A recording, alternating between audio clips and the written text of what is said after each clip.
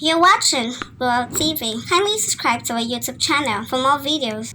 Click on the subscribe button and the bell beside it. These will notify you once we drop a new video. Thank you.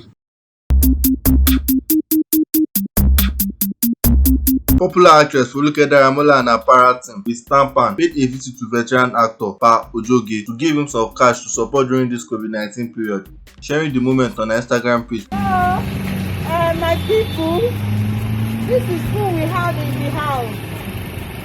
Ojoge. So Akilisa o. Ani ẹkúlé o.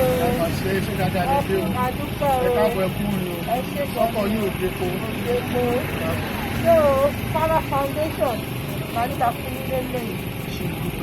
The Lagos State Government, money are paying you food stuff.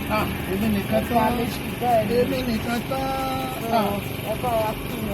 Ẹ mọ̀ sí adúpẹ́ o, Ọlọ́run ò ní fi pa ọmọ yín, kò ní fi pa aya yín, kò ní fi fàjílé yín o.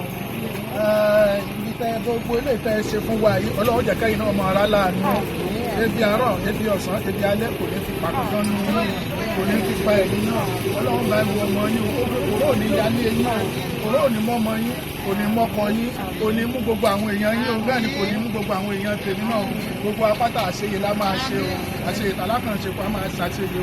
Ẹ̀yin báyìí fún wa ní kíní, Ọlọ́run kò fi tójú tì yín o.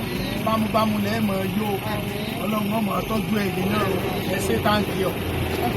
Foluke Daramola wrote.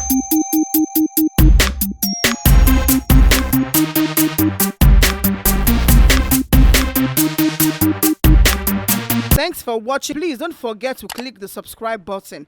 Kindly comment and share. Thanks.